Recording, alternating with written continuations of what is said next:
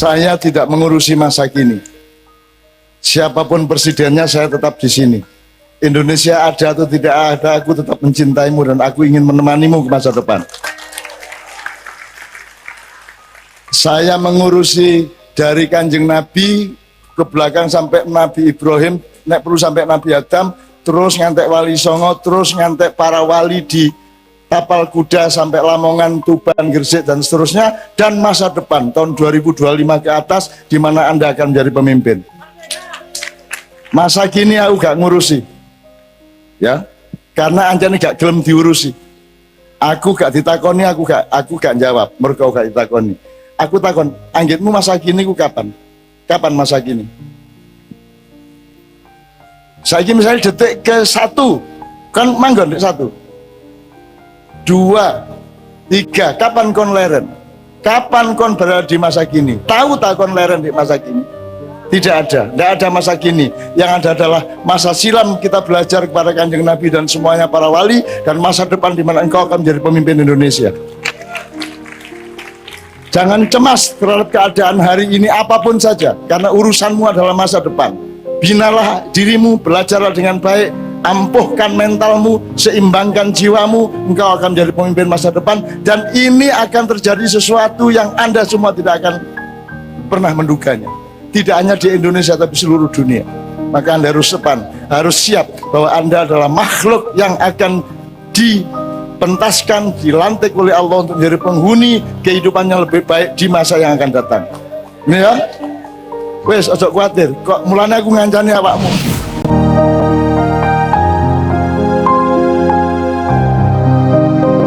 Sampean milih loro di antara 3. Wingi, saiki, karo sesuk. Masa silam, masa kini, masa depan. Milih loro. Masa silam, masa kini, masa depan. Milih loro.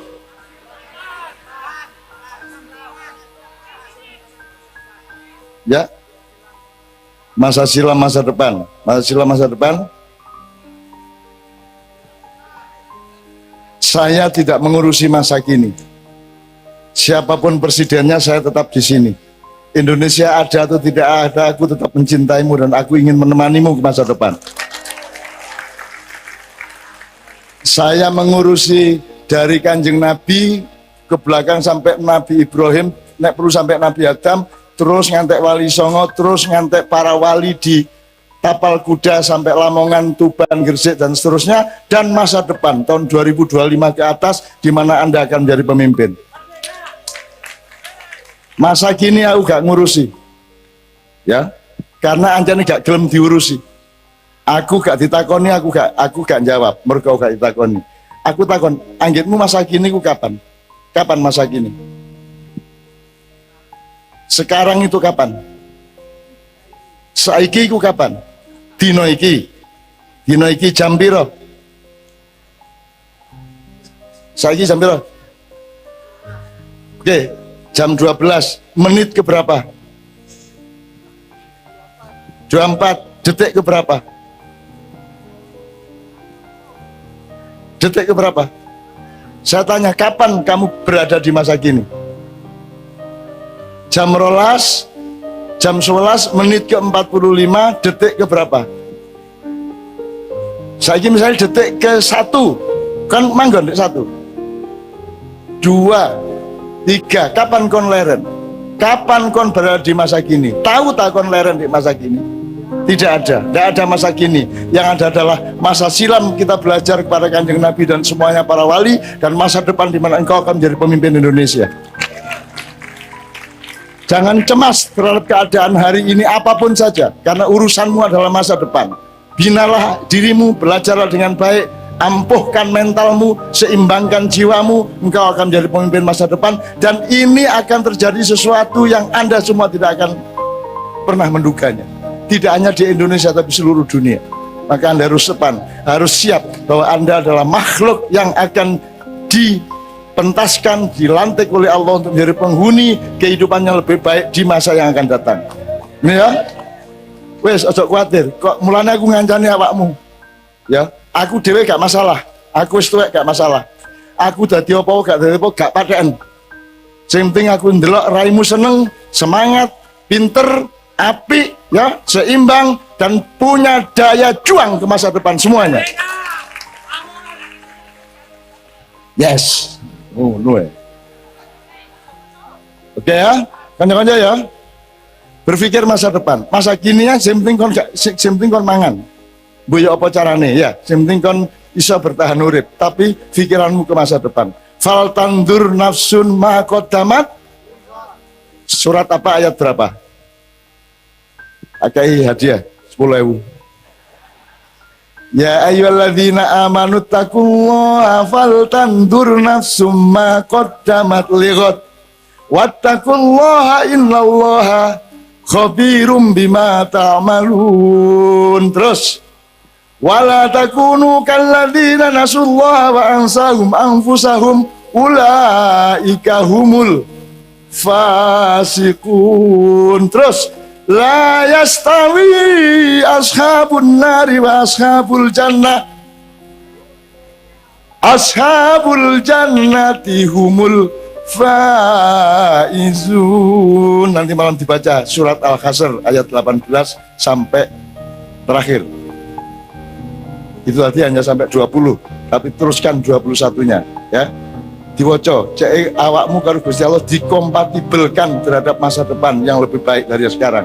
Kita sekarang bunuh diri sebagai bangsa hari ini.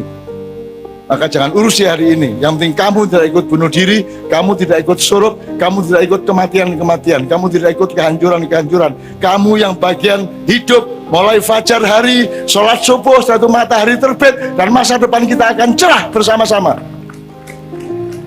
3 kelompok, silakan maju ke depan. Yang tadi belajar, yuk langsung maju ya, masing-masing dikasih waktu 5 menit, kemudian bapak-bapak kita mohon responnya kepada mereka semua dan tetap dipandu teknisnya segala macamnya. Yuk, yang pertama tadi, apa yang menyebabkan ukhuwah dan cinta tidak bisa disebar dan tidak bisa dipersatukan? Yang berasal dari diri manusia, yang kedua yang berasal dari masyarakat, yang ketiga dari negara dan pemerintahan. Yang pertama dari diri manusia, silakan. Cek. Silakan, ya berdiri mas, berdiri. Cek. Juru bicaranya berdiri.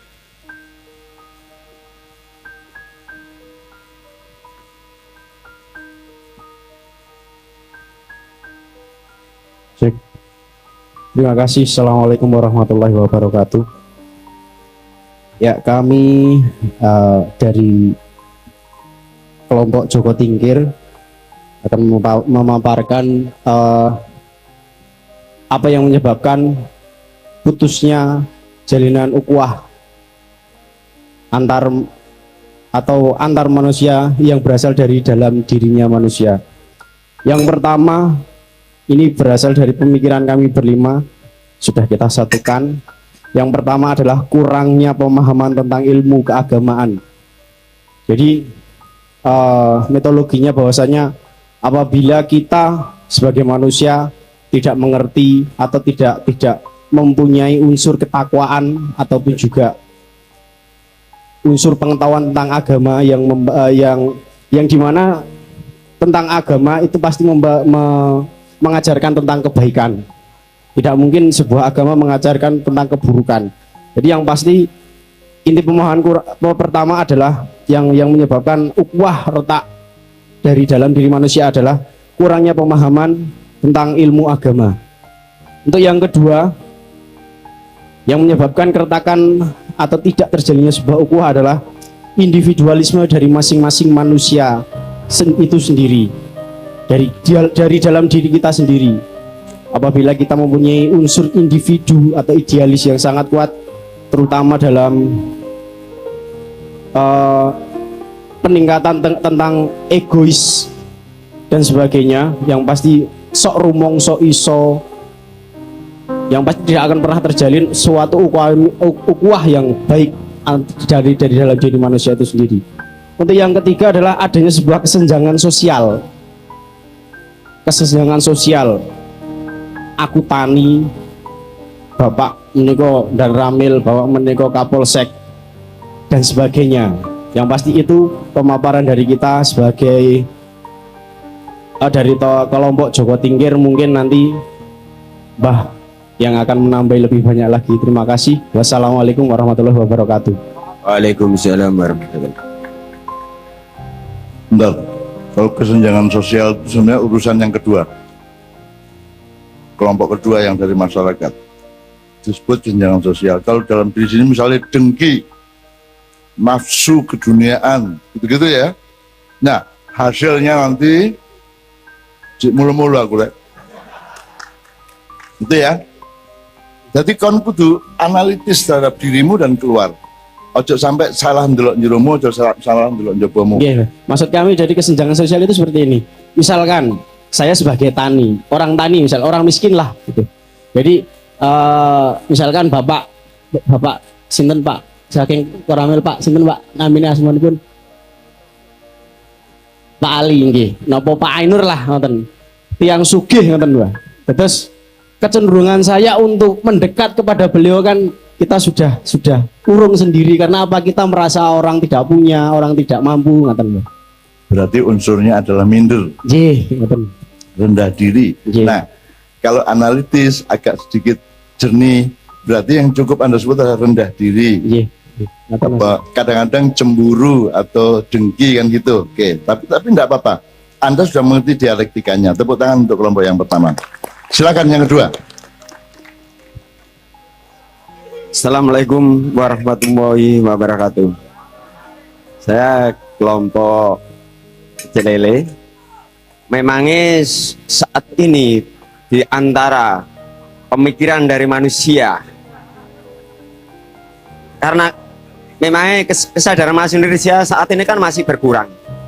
Dengan adanya pemerintah mengadakan pengumpulan, memangnya ini kesenjangan karena orang tanpa pendidikan. Tadi sebagian saya dianggap orang yang tanpa pendidikan, dihina, dicemooh. Bagi orang-orang pejabat, biarpun orang-orang seorang yang punya wibawa, tapi saya tetap berusaha demi untuk bisa bicara, bekerja, tapi orang-orang tetap memandang kita rendah. Itulah karena saya tetap berjalan sampai 9 tahun sampai sekarang, tapi saya tetap berusaha demi untuk menyadarkan orang-orang. Tapi kebanyakan memandang saya dipandang orang yang lemah, tapi saya tidak mau dari orang yang lemah. Tetap berusaha untuk mewujudkan Pancasila benar-benar diucapkan, jangan cukup diucapkan tapi harus dijalankan sepenuhnya. Karena saat ini saya melihat kenyataan dengan janji tapi sumpah mengingkari dengan sumpahnya pejabat-pejabat yang saat ini yang sudah beredar untuk Nusantara ini. Tetap Lamongan merdeka. Oke. Terima kasih. Oke, gini, sebenarnya ya enggak apa-apa, itu tidak salah, cuman batas pertanyaannya sederhana.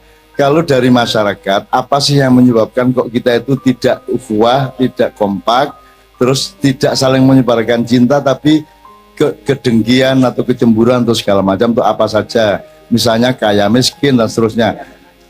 Jadi yang kita minta unsur 1, 2, 3, 4, 5 gitu dok sebenarnya. Nanti dianalisa masing-masing, kita pulang untuk membawa itu semua. Jadi malam ini kita belum belajar. Malam ini kita buka pintu saja. Nanti di rumah Anda memasuki pintu itu untuk pembelajaran masing-masing.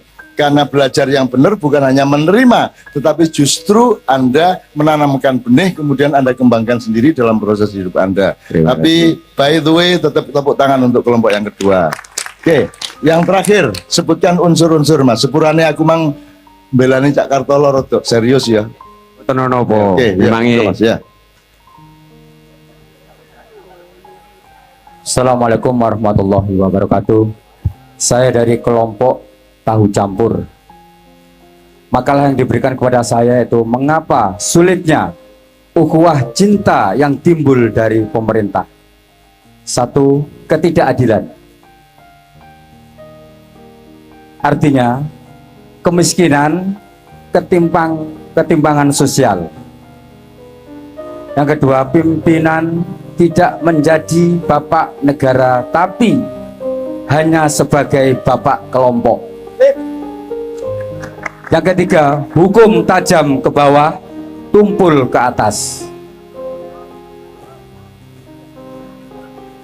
rusaknya sistem pendidikan, hilangnya pendidikan moral, kurangnya jiwa nasionalisme, perpecahan persatuan, artinya perbedaan yang tak dapat disatukan, dan yang kedua merasa paling benar. Terima kasih untuk makalah yang diberikan saya, mudah-mudahan dibacakan oleh Tepuk tangan, ya. Saya tidak membandingkan baik buruk ya nilainya berapa, tapi ini agak lebih jelas ya. Pertama unsurnya adalah ketidakadilan ekonomi, ya ketidakadilan politik, ketidakadilan hukum gitu ya. Wong nek ono gendera nganggo la ilallah didik disikat habis, tapi nek gendera bintang kejora gak apa-apa lah ngono, misalnya gitu kan. Jadi pokoknya ada trauma-trauma yang tidak pada tempatnya pada pemerintah pusat, terutama pada Polri, nyun sewu Bapak ya. Jadi ini sangat tepat. Nah itu berarti kita menghadapi masalah yang sangat besar, ya Mas ya. Yang nomor dua, ini kita belum bisa bernegara. Belum bisa bernegara kan gini. Gerindra itu berjuang untuk Gerindra apa untuk Indonesia? PDIP berjuang untuk PDIP apa untuk Indonesia? Sampai sekarang orang PDIP masih menjadi orang PDIP toh? Padahal kan PDIP dalam rangka menjunjung Indonesia, bukan mengambil Indonesia untuk membesarkan PDIP, betul enggak? Kan gitu toh bernegara itu. Jadi kita belum bisa bernegara, kita hanya bisa berkelompok-kelompok yang bersaing satu sama lain. Nah ini beliau menjelaskan agak luar biasa beberapa unsur tadi dengan 3, 4, 5 yang merupakan efek atau produk dari 2 yang pertama. Kira-kira gitu. Tepuk tangan untuk kelompok yang pertama. Yang ketiga, saya mohon Bapak-Bapak barangkali ada respon. Ini pembelajaran ya Raya. Ini tidak ada urusannya sama mengkritik. Saya tidak akan pernah mengkritik pemerintah. Saya ngomong ini karena kita belajar, bukan saya sedang ngomongin pemerintah, jelas ya. Betul tak? Betul tak? Saya tidak memaksudkan ini untuk siapapun, terutama pemerintah Indonesia. Karena saya juga tidak dianggap ada oleh pemerintah Indonesia. Jadi juga saya tidak urusan sama pemerintah Indonesia dari presiden, kecuali bupati ke bawah masih oke, masih urusan sama saya. Tapi gubernur ke atas, kecuali saya sedang baik hati, saya bisa lateni. Tapi kalau secara normal saya tidak akan menerima mereka semua. Itu ya. Aku rene mergo wong cilik kabeh podo-podo karo aku. Ini ya Rek ya. Kurane ya. Bapak-bapak kalau ada respon saya persilakan. Mboten. Kak Nun, kula ajeng nambahi. Nah, ngono. Aku cuma juga bingung. Mestinya juru bicaranya paling tidak 2 orang supaya tidak hanya beliau gitu ya, karena beliau agak abstrak gitu ya. Gak apa-apa tapi ya oke, monggo Mas Abi. Assalamualaikum warahmatullahi wabarakatuh. Jadi rusaknya uhwah itu satu, yaitu kurang adanya percaya antara satu sama lain. Karena kepercayaan itu ibaratkan meja yang kehilangan satu kakinya, ambyuk. Meja kan 4 kursi, 4 kaki, 4 kaki, yes, kaki kehilangan satu, ambyuk. Nah itu seperti kepercayaan. Ini kemauan Cak Nun. Kalau nanti Anda memperdalam aslinya adanya hukum itu juga lah hasil dari orang tidak percaya satu sama lain. Maka kalau bikin apa-apa harus pakai surat, karena orangnya tidak bisa dipercaya dan orangnya tidak percaya. Aslinya, tapi kemudian iki aku gak ngarani sapa-sapa. Wong gawe negara iku aslinya mergo gak iso bermasyarakat biasa. Yang percaya satu sama lain, mulai dibikin batas, dibikin aturan, mergo wonge gak iso dipercaya dan tidak bisa percaya. Jadi menungso ujane gagal asline. Saya tanya, apakah Rasulullah pernah menjadi khalifah? Apakah Rasulullah pernah menjadi kepala negara? Apakah Rasulullah pernah menjadi kepala pemerintahan? Rasulullah tidak pernah melakukan itu. Jadi khilafah itu bukan kepala negara, khalifah bukan kepala negara. Jadi kalau Anda sekarang tidak setuju sama HTI, jangan salahkan khilafahnya, salahkan tafsirnya HTI. Jelas ya? Sekarang Indonesia anti khilafah, gendeng itu. Khilafah itu Rek, Konang wetengmu iku khalifah. Khalifah ana wetengmu ojo mangan sing gak, ojo kakean, ojo kegelian mangan, tahu kapan makan apa, seberapa. Itu namanya mengholifahi. Khalifah artinya orang yang berjalan di belakang Allah. Khalfun itu mburi, amamun ngarep, gitu loh. Yasar kalau kanan yamin yusro, gitu ya. Khalifah adalah orang yang nurutin Allah, hukum-hukum Allah dan kemauan Allah. Itu namanya khalifah, bukan kepala negara. Meskipun kepala negara juga bisa khalifah, asal dipertanggungjawabkan tafsirnya. Jadi jangan anti khilafah. Karena ini jailun fil ardi khalifah. Karena Allah itu menurunkan manusia, bikin Adam itu untuk jadi khalifah. Gitu. Sing kon gak setuju iku tafsire HTI duduk khilafah. Nek ana wong mateni nganggo pisau, aja terus pisone kok salahno. Sing salah sing mateni. Nek ana dangdut terus tawur, sing salah duduk dangdute wong sing tawur. Ngene gak iso bedakno. Gula karo legi beda ta gak? Panas karo geni padha ta gak? Ngono lho. Kalau kita tidak punya analisis seperti ini kan kita lha apa wong Islam ku anti khilafah? Wong Islam ku anti la ilaha illallah. Kalau yang salah, yang berbeda adalah tafsirnya. Gitu ya Mas ya. Nah, saya senang sekali dengan semua ini. Dengan demikian kita sekarang belajar benar. Ojo gampang anti jare rahmatan lil alamin, buak iko buak iki. Nah, aku buak sopo. Masih ana wong gendeng tahu tak buak teko emaknya. Tahu tak? Misalnya kon gendeng ya, bengok-bengok rinyo, kon tetep tak terima. Nek kepeksa tak sebul kon cek maput. Gitu loh Mas. Nggak pernah saya menolak siapapun. Setan pun nggak saya tolak. Siapa yang bikin setan? Setan. Yang saya tidak boleh adalah menuruti kemauan setan dan kerja sama setan. Nek bergaul biasa nggak ada masalah. Lalu gak wedi karo setan, mesti gak iso nggudu aku kata lapo. Gitu loh. Iblis pikiran siapa? Kau nggak usah benci iblis. Apakah sesuatu yang dilarang harus kita benci? Kamu dilarang makan babi terus benci babi. Ngono. Kamu dilarang mengawini adik kandungmu terus kamu membenci adik kandungmu. Kan tidak. Jadi dilarang haram tidak sama dengan membenci. Ngono rek. Kita makin tidak dewasa ini Indonesia. Kita makin tidak dewasa. Dan aku mau ngurusin nek kayak ngene iki. Gue nek wis sambat suatu hari ojo kaget kan. Gitu ya. Jadi mulai aku mengandalkan anak-anakku kabeh ya sinau rek sinau. Gila semakyan sinau melingkar, sinau sing temenan.